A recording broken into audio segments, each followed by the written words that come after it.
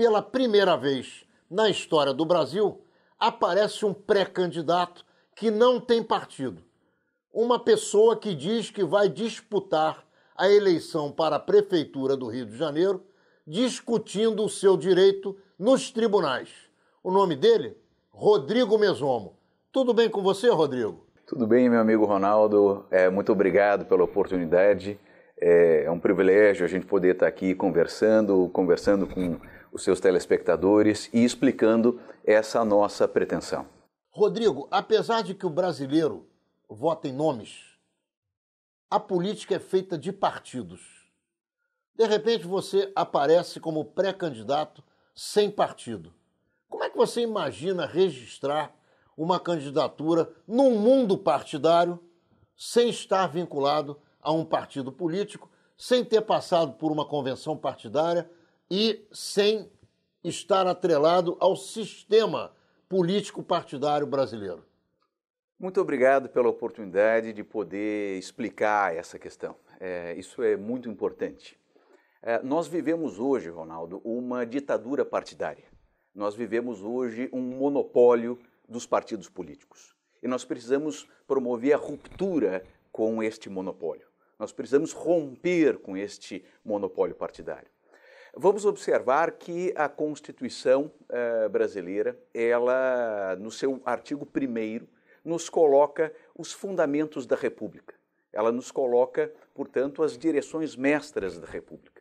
Nestas direções, nós temos 3 pontos que são extremamente importantes. O primeiro ponto é a dignidade da pessoa humana. O segundo ponto diz respeito à cidadania. E o terceiro ponto diz respeito ao pluralismo político. Comecemos pelo pluralismo político. Pluralismo político é algo maior, é algo mais amplo do que o pluralismo partidário. Pluralismo partidário, ele é espécie do gênero pluralismo político. Portanto, nós não podemos entender que a vida política é apenas a vida partidária. Pluralismo político significa a possibilidade de ouvirmos todas as vozes, de ouvirmos todas as manifestações, da vida política ser ampla, muito mais ampla do que os partidos políticos.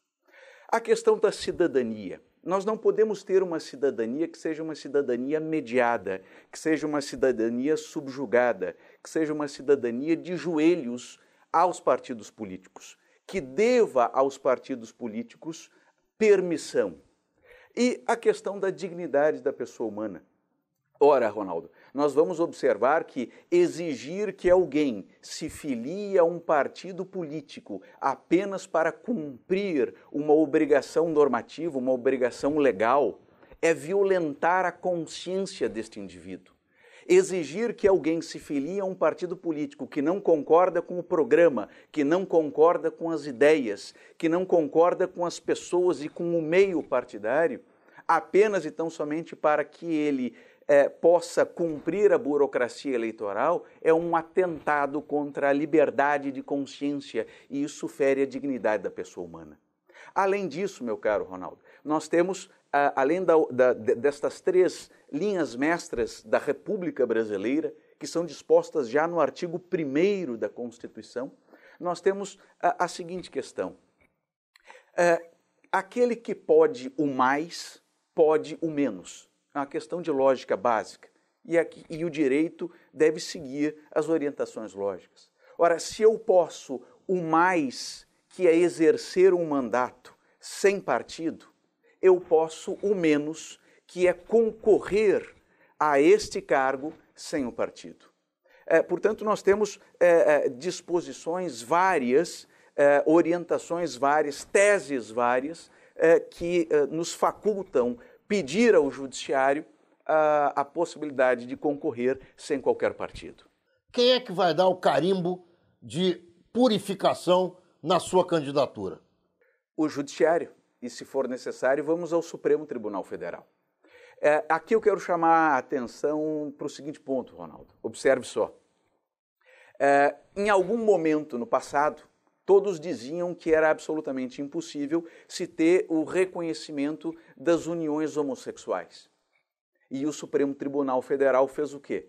Numa ação judicial, que começou inclusive aqui no Rio de Janeiro, através de um indivíduo que pleiteava contra a Rio Previdência um direito previdenciário em face do ex-companheiro, enfim, ele teve a coragem de lutar e ir ao Supremo Tribunal Federal. E o Supremo Tribunal Federal, grosso modo falando, resumidamente, não vamos aqui ficar tecendo particularidades daquele caso, mas grosso modo falando, o Supremo Tribunal Federal disse o quê? A Constituição Federal, ela não prevê a união homossexual, mas ao mesmo tempo a Constituição Federal não proíbe a união homossexual. Com base nesta lógica jurídica, eu vou levar ao Supremo Tribunal Federal esta questão. Nós entendemos que a Constituição Federal ela não prevê a candidatura independente, mas ela também não proíbe a candidatura independente. Portanto, se a Constituição, em momento algum, diz é proibida a candidatura independente, na verdade, ela é compatível com o texto constitucional. E nós vamos ao Judiciário, vamos pedir a nossa inscrição. A nossa inscrição, ela terá que estar na urna, porque estará sub júdice esta questão. E vamos debater no Judiciário, vamos defender esta posição no Judiciário e vamos até o Supremo Tribunal Federal. É importante que o Judiciário reconheça a crise de representação que nós temos. E aqui eu trago um dado do próprio TSE, Ronaldo. Menos de 10% da população brasileira é filiada a algum partido político. Por quê? Porque tem ojeriza dos partidos, porque tem repulsa aos partidos, porque não se sente representada pelos partidos políticos.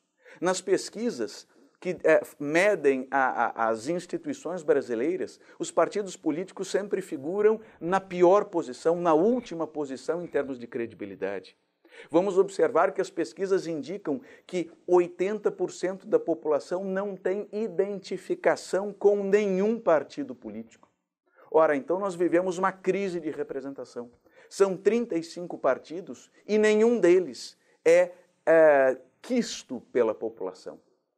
É extremamente importante nós entendermos o paradoxo que nós temos. Que paradoxo é esse? As pessoas que estão eleitas, elas são também as responsáveis pela reforma do sistema político. Só que a reforma deste sistema político não interessa a estas pessoas que são eleitas pelo sistema atual. E só uma candidatura independente, garantida pelo Judiciário, é capaz de promover a ruptura com este modelo que aí está e nós começarmos a prover mudanças políticas no Brasil. Só para que eu possa concluir essa questão, é importante dizer que a maioria esmagadora dos países democráticos acolhem e prevêem a candidatura independente. Nós temos candidatura independente nos Estados Unidos, nós temos candidatura independente no Chile, o prefeito de Bogotá é prefeito independente, o presidente da Áustria foi eleito recentemente de modo independente, sem estar filiado a nenhum partido político. Portanto, isso é saudável e existe na maioria esmagadora das nações democráticas. Rodrigo, imaginando-se que o Supremo Tribunal Federal ou o próprio Tribunal Eleitoral Regional vá te garantir a candidatura. Nesse momento, você é um pré-candidato.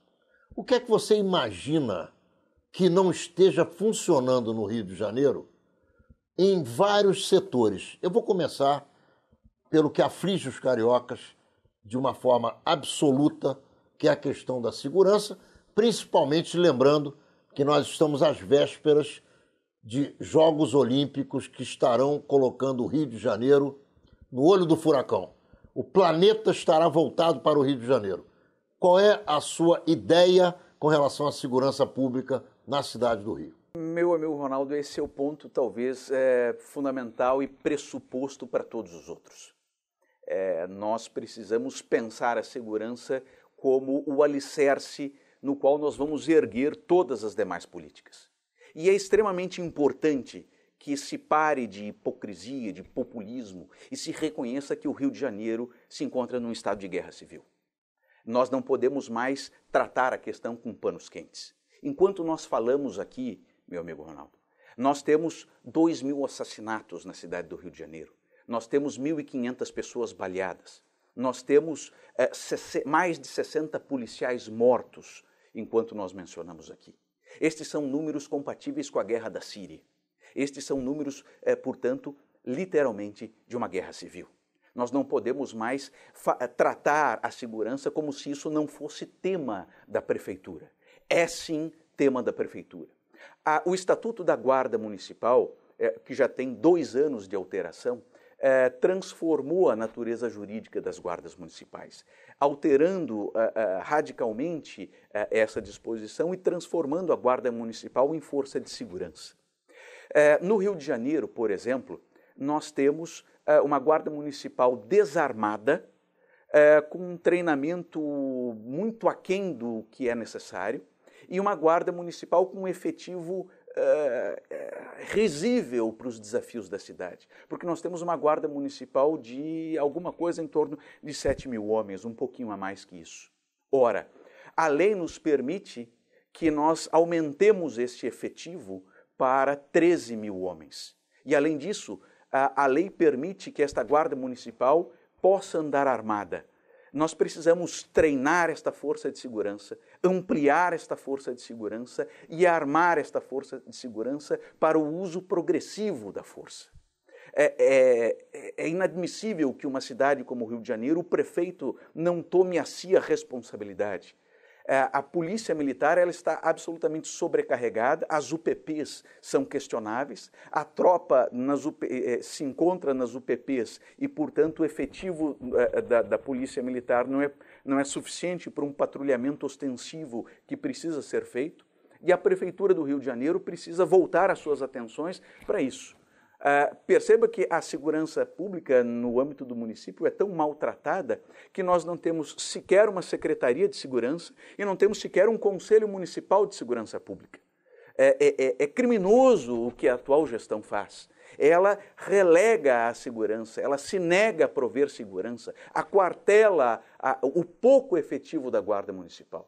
Então nós vamos ampliar o efetivo ao máximo que a lei permite, 13.000 homens, vamos converter a Secretaria de Ordem Pública em Secretaria de Segurança, colocando toda uma retaguarda a esta Guarda Municipal, vamos ampliar, maximizar imensamente o Centro de Monitoramento de Segurança montado pela atual gestão, que, com todo respeito, mas ele é ridículo. E apenas para que você tenha uma noção, o Centro de Segurança do Rio de Janeiro ele tem alguma coisa em torno de 500 câmeras de monitoramento. O Centro de Monitoramento de Londres tem 5.000 câmeras. Ora, então é necessário que nós paremos de hipocrisia, paremos de uma gestão de espetáculo, paremos com uma gestão pirotécnica e comecemos a enfrentar com coragem, determinação, com força, com verdade os problemas da cidade. O carioca não aguenta mais a violência e isto é pressuposto para todas as demais questões. Estamos de volta com Rodrigo Mesomo, pré-candidato à Prefeitura da cidade do Rio de Janeiro, sem partido, aguardando que o Supremo Tribunal Federal, através da ação que ele vai impetrar, garanta o direito que ele tem de disputar essa eleição desvinculado de um partido político. Rodrigo Mesomo, sobre educação, como é que as crianças do Rio de Janeiro, caso você tenha a oportunidade de tomar essa decisão, vão ser educadas nas escolas dentro do sistema que existe hoje? Nós precisamos observar soluções liberais que já deram certo. E elas deram certo aqui no Brasil. Nós vamos observar, por exemplo, o grande sucesso do ProUni. E o que é o ProUni? O ProUni ele é uma forma que o governo federal tem de trabalhar junto com a iniciativa privada. Ao invés de o governo criar universidades, operacionalizar estas universidades, contratando professores, construindo prédios, construindo anexos de apoio, enfim, fazendo uma gama imensa de operações, o que é caro e ineficiente. O governo federal ele faz o quê? Ele matricula os alunos na rede privada e paga a mensalidade destes alunos na rede privada. Isso é bom para o aluno e isso é melhor ainda para o pagador de impostos, porque o custo por aluno se torna muito mais baixo. Portanto, nós não precisamos reinventar a roda em educação. O que nós precisamos é fazer aquilo que já deu certo e aquilo que tem sido um sucesso. Trazer a lógica do ProUni para a educação de base. Ou seja, não é a prefeitura que tem que ficar construindo escola, contratando professor, pintando parede, trocando lâmpada, vendo se tem merendeiro ou se não tem. A escola, ela tem que ser operacionalizada pela iniciativa privada. Então, este pai carente entrará em contato com a Secretaria de Educação e receberá um voucher educacional, um vale educação, um ticket educação, e com esta menção, com este número, ele conseguirá matricular o seu filho em escolas privadas, tal qual ocorre com o ProUni, tal qual os adultos carentes se matriculam em universidades privadas. Assim, todo o recurso educacional é destinado à atividade fim e não à atividade meio. O grande problema é esse. Nós gastamos muito dinheiro com a atividade meio, e, com a burocracia, e pouco recurso com a atividade fim. Desta forma, nós vamos conseguir prover uma educação melhor, nós vamos dar liberdade ao pai deste aluno carente. Por quê? Porque hoje este aluno carente ele é refém de uma escola pública de péssima qualidade. Com o Vale Educação, ele, pai, vai escolher a escola que ele quer matricular o filho. Ele ganha a mesma liberdade que o filho de classe média. Ele ganha a mesma flexibilidade que o filho da classe média. E ele vai determinar a escola. Então, por exemplo, se ele quer uma educação religiosa para o seu filho, ele matriculará o seu filho numa escola que apresente essa educação. Se ele não quer uma educação religiosa para o seu filho, ele vai procurar um estabelecimento que se abstenha desta educação religiosa. É liberdade para a população, é economia para o contribuinte carioca e é facilidade de fiscalização para a máquina da prefeitura. E esta mesma lógica, meu amigo Ronaldo, ela pode ser aplicada também na área de saúde. E por quê? Porque não é a prefeitura que tem que operar toda uma gama imensa de unidades de saúde, de atendimento primário, secundário e terciário. Perceba que a estrutura da prefeitura, ela administra desde pequenos postos de saúde a grandes hospitais, se sobrepondo com clínicas da família, com UPAs, com unidades de tratamento mais complexo. Ora, nós temos que substituir tudo isso por um plano de saúde municipal. A prefeitura ela tem um orçamento de 5 bilhões de reais, 5 bilhões e meio de reais em saúde.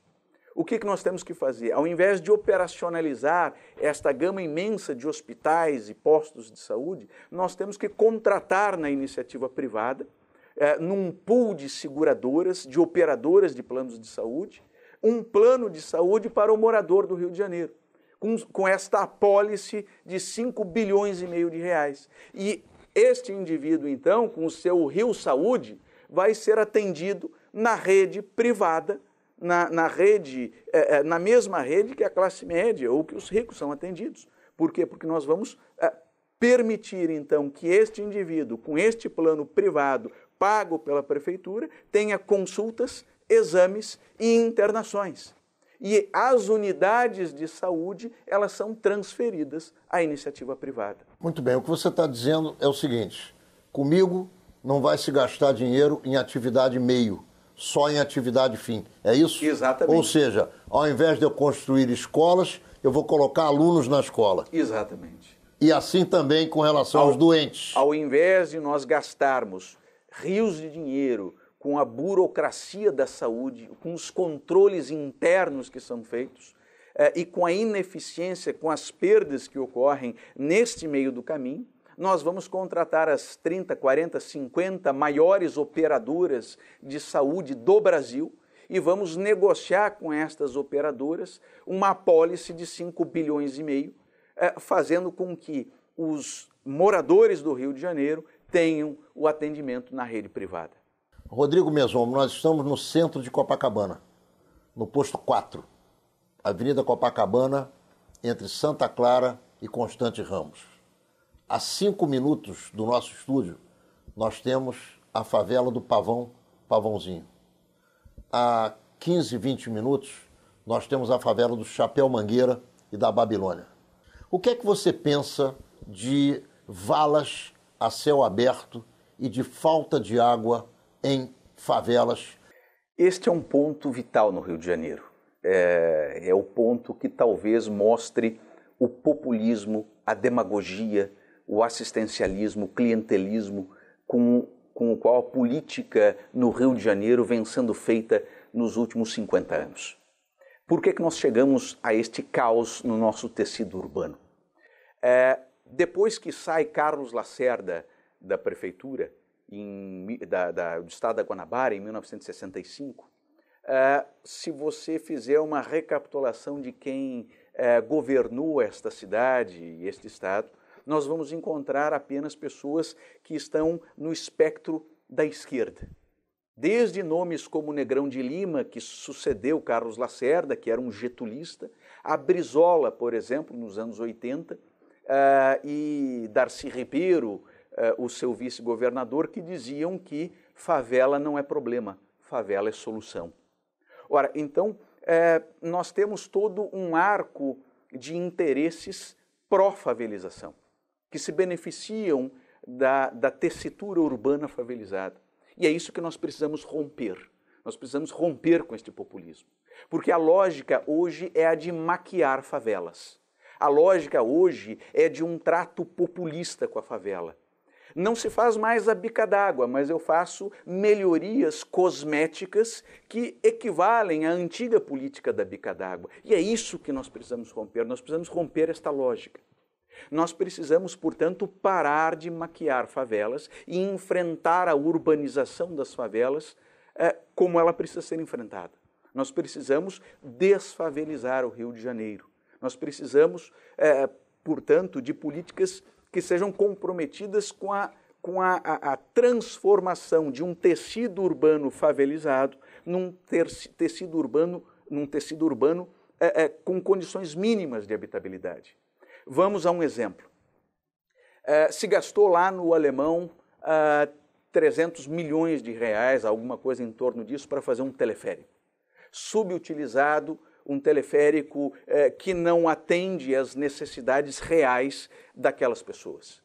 Mas atrai turistas, é notícia de jornal, leva, portanto, a um espetáculo midiático. Quando alguma autoridade estrangeira vem, levam aquela autoridade para passear no teleférico. Olha, que coisa bonita, que coisa interessante. Isso é o auge da hipocrisia. Com o que se gastou naquele teleférico, com programas como, por exemplo, o Minha Casa Minha Vida, eu não vou nem falar sobre outros programas, outras formas de urbanização, para pegar uma questão que está posta, e cálculos e números que estão postos. Com o que se gastou naquele teleférico, nós teríamos urbanizado 30% da área do Alemão. Repetindo, 30% da área do Alemão teria deixado de ser favela. No atual modelo, nós gastamos 300 milhões de reais ali e aquilo continua uma favela. É essa lógica que precisa ser rompida. E nos programas habitacionais que nós precisamos fazer, nós precisamos trazer a iniciativa privada para o programa habitacional. O programa habitacional ele precisa gerar lucro para a iniciativa privada. Por quê? Porque o Estado em si, ou a prefeitura em si, não tem capacidade, não tem fôlego financeiro, não tem potência econômica para fazer sozinho tudo o que precisa ser feito. Portanto, nós precisamos casar interesses, nós precisamos tornar os projetos habitacionais interessantes também para a iniciativa privada, para que ela possa investir neste processo de desfavelização do Rio de Janeiro, que é um compromisso que nós assumimos. Ô Rodrigo Mesomo, o que você pensa do transporte coletivo na cidade do Rio de Janeiro? O transporte é outro caos, o transporte é outra situação absolutamente lamentável. Nós investimos numa lógica rodoviária há muito tempo. O nosso metrô, que já foi um metrô de ponta, que lá nos anos 80 já foi um metrô de ponta, nós temos uma situação lamentável. Nós temos o Estado, ele desfigurou completamente o projeto original do metrô,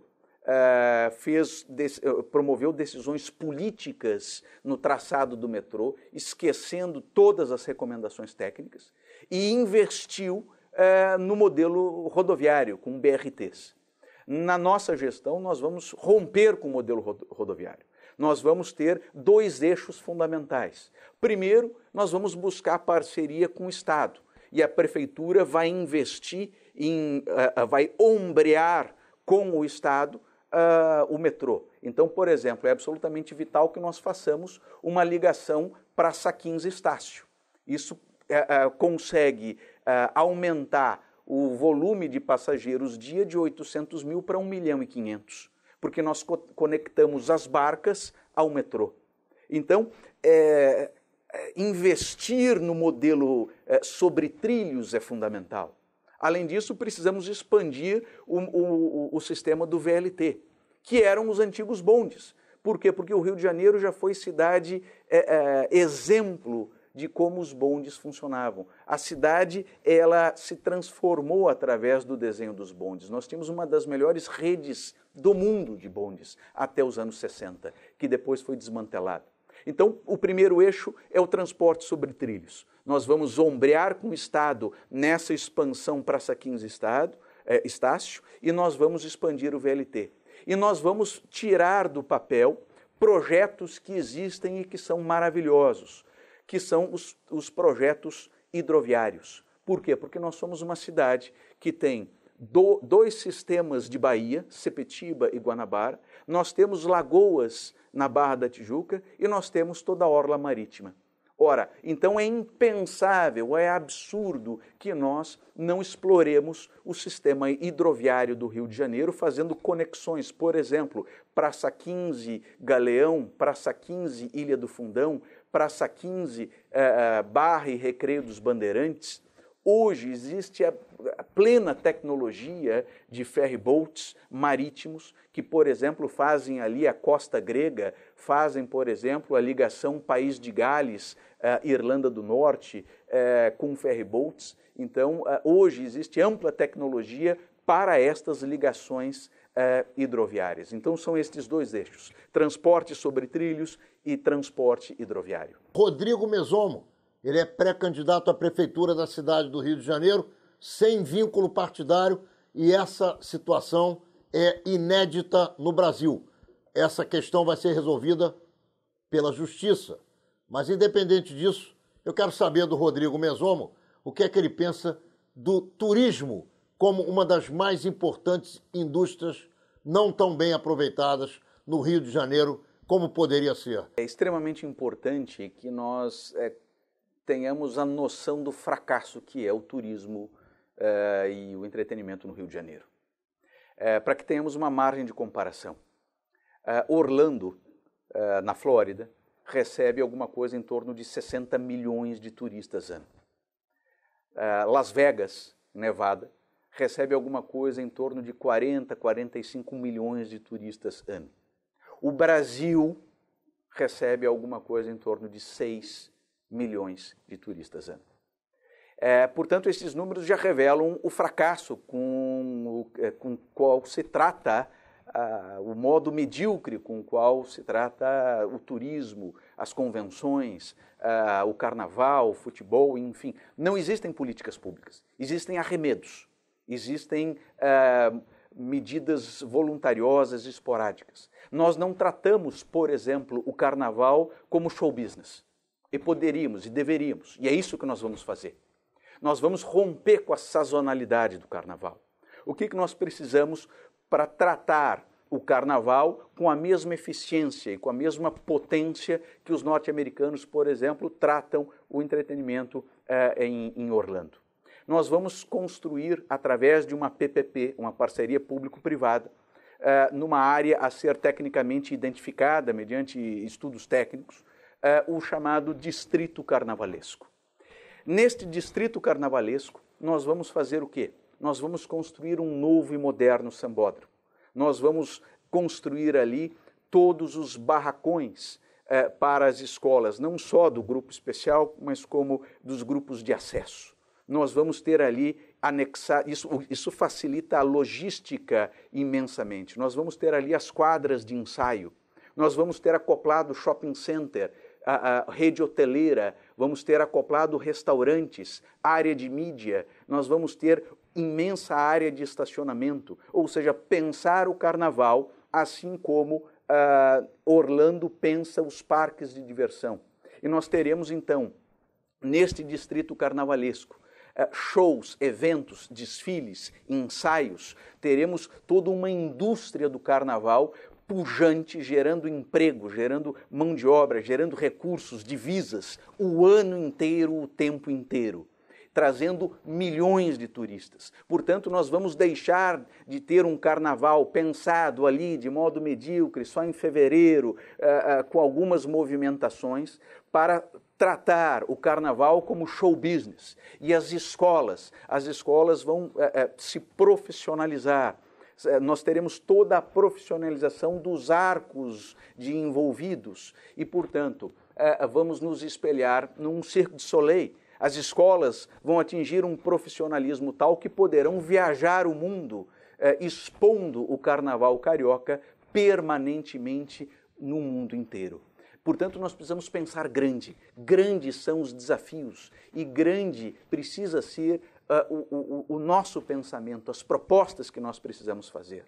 Nós precisamos romper com este modo pequeno, populista, demagógico que vem reinando no Rio de Janeiro ao longo dos últimos 50 anos. Esta política rançosa que se faz, atrelada a partidos políticos, aonde os clãs familiares, aonde os caciques políticos fazem do Rio de Janeiro aquilo que querem e moldam a cidade aos seus interesses, moldam a cidade para eventos internacionais. Nós precisamos de um Rio de Janeiro para os cariocas.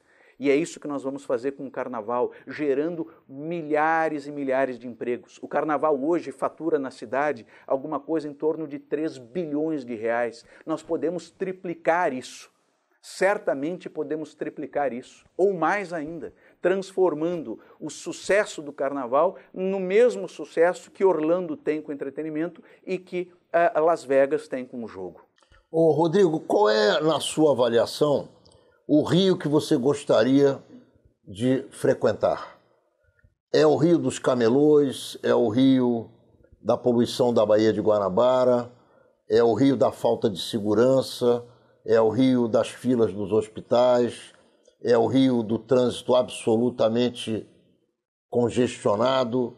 É esse o teu rio? Não, sem dúvida alguma, esse não é o meu rio. O meu rio é um rio que precisa voltar a ter orgulho. Esta cidade, ela já foi o epicentro do Brasil. Ela já foi a cidade motriz. Ela já foi dotada daquilo que se chama de capitalidade. Ou seja, o que é a capitalidade? É o conjunto de boas imagens, a alma do país que é refletida naquela cidade. Os Estados Unidos têm Nova York e a capital é Washington. A Austrália tem Sydney e a capital é Canberra. O mesmo acontece com o Canadá. A capital não é Toronto, mas quando pensamos em Canadá, nos vem Toronto à mente. O Rio de Janeiro ele já teve esta capitalidade, independente das burocracias e designações oficiais de ser ou não uma capital. Nós precisamos voltar a ter esta capitalidade, ou seja, nós precisamos ser a cidade que irradia, que espelha a brasilidade. Nós precisamos ter uma cidade criativa, inteligente, pujante, com baixa carga tributária, onde a prefeitura ela seja amiga, parceira do empreendedor e não inimiga, que ela facilite negócios, que ela facilite empreendimentos, que ela facilite investimentos e não uma prefeitura cara, obesa, burocrática, com uma carga tributária escorchante, com um fim em si mesmo. Nós temos uma prefeitura com 26 secretarias e mais quase 30 órgãos de primeiro escalão entre fundações municipais, empresas públicas, autarquias. Ou seja, a máquina da prefeitura se tornou um fim em si mesmo. Nós temos quase 12 mil cargos de DAS, cargos de pessoas nomeadas sem concurso público. Nós precisamos fazer um imenso corte nestas estruturas e racionalizar esta gestão. Nós precisamos transformar, portanto, a prefeitura numa prefeitura inteligente, racional, que promova o desenvolvimento. E não esta prefeitura que atende a interesses partidários, políticos, o toma lá da cá, que os candidatos, as pessoas que ocupam e que pretendem continuar ocupando fazem. É fundamental que nós alteremos a rota do Rio de Janeiro e resgatemos o Rio de Janeiro. A minha pré-candidatura ela tem essa intenção. Nós vamos resgatar o Rio de Janeiro do caos em que ele se encontra. Rodrigo Mesomo, quem é você? Eu sou um advogado, professor universitário há 20 anos, advogado há 25 anos. Moro no Rio de Janeiro há 35 anos, cheguei aqui adolescente, portanto eu digo que sou um carioca de coração, um carioca por opção. Amo essa cidade e me causa uma sensação muito desagradável ver a decadência que a cidade sofre. É justamente isso que me levou à política. Eu não entrei na política um garoto. Eu estou entrando na política agora. Ou seja, eu tratei de construir a minha vida na iniciativa privada. Eu sou um homem da iniciativa privada. Minha vida inteira foi na construção da minha carreira como advogado e como professor. Fui fazer mestrado, fui me inserir no ambiente acadêmico, mas a indignação vai tomando conta. Nós não podemos aceitar o que está sendo feito no Rio de Janeiro. No país, mas agora a oportunidade é no Rio de Janeiro. Desmandos, clãs, uma cidade tomada por milícias, o caos em todas as áreas. Nós temos um transporte caótico, nós temos uma favelização crescente, nós não temos sequer o cumprimento de agendas do século XX. E aí eu me refiro à Zona Oeste, por exemplo, onde não há saneamento básico. Os países europeus e os Estados Unidos resolveram os problemas de saneamento básico no século XIX. Nós estamos no século XXI e não resolvemos o problema do saneamento básico. Ou seja, o problema é um problema de agenda. Políticas assistencialistas, populistas, demagógicas, acordos de partidos, clãs políticos, caciques políticos, fazendo desta cidade o que bem entende, áreas dominadas pela milícia, setores inoperantes. Então não é possível que uma cidade com a beleza do Rio de Janeiro, com as potencialidades do Rio de Janeiro, esteja entregue a este tipo de gente. Portanto, quem eu sou? Eu sou um carioca de coração e que quer, com independência, a independência que nenhum candidato tem, a independência que nenhum dos postulantes se apresenta. Eu quero, portanto, enfrentar com coragem, com força, com determinação os problemas da cidade, começando pela segurança pública, começando por enfrentar com garra, com determinação, o problema da criminalidade no Rio de Janeiro. Ô Rodrigo Mesomo, eu queria saber de você o que é que você pensa da nova situação da Praça Mauá com a derrubada da perimetral, o Museu do Amanhã e outras perimetrais que existem pelo Rio de Janeiro afora. Como é que você vê essa questão? Você entende que esse é um benefício, a derrubada da perimetral foi um benefício que pode ser repetido? Pode.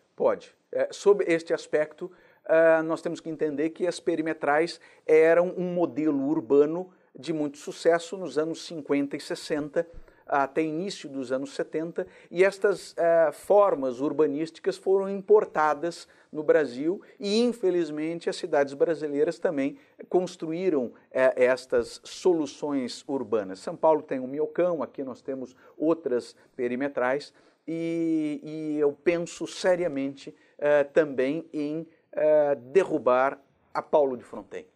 E por que lhe digo isso? Porque a Paulo de Fronten tem quase 2 quilômetros e nós temos ali uma série de bairros, Estácio, Rio Comprido, Cidade Nova, Catumbi, partes do Maracanã e Tijuca, que degradaram muito com o elevado da Paulo de Fronten. O que nós vamos fazer? Através também de mecanismos de parceria com a iniciativa privada e usando dos mesmos mecanismos jurídicos que permitiram, os CEPACs e outros, que permitiram a derrubada da perimetral, nós vamos derrubar a Paulo de Fronten e fazer ali, na Paulo de Fronten, um amplo bulevar com quase 2 quilômetros, permitindo a recuperação, permitindo, portanto, que todo esse entorno de bairros reviva, renasça e criando um novo urbanismo em toda essa área. Por quê? Porque nós precisamos adensar esta área, nós precisamos criar ali uma ocupação. Porque, por exemplo, problemas de transporte não são resolvidos apenas se rasgando a cidade com novos BRTs ou estendendo linhas de metrô. Problemas de mobilidade são resolvidos quando nós trazemos pessoas para morar perto do centro, perto do seu trabalho. Então, em todo este imenso perímetro no entorno da Paulo de Fronten, nós podemos, segundo os estudos técnicos, ter ali mais de 100 mil pessoas vindo morar nesse grande entorno, fazendo pelo Rio Comprido, Catumbi, Estácio, partes da Tijuca e Maracanã e até se espraiando para Santa Teresa, o que o Porto Maravilha vai fazer por aquelas respectivas áreas. Portanto, é extremamente importante que nós continuemos aquilo que deu certo e façamos uma inflexão radical naquilo que vem dando errado. Como é que se liga, então, o túnel Rebouças, no seu segundo episódio, à linha vermelha? Nós temos aí estudos técnicos a serem desenvolvidos e projetos que são de áreas semelhantes que podem nos orientar.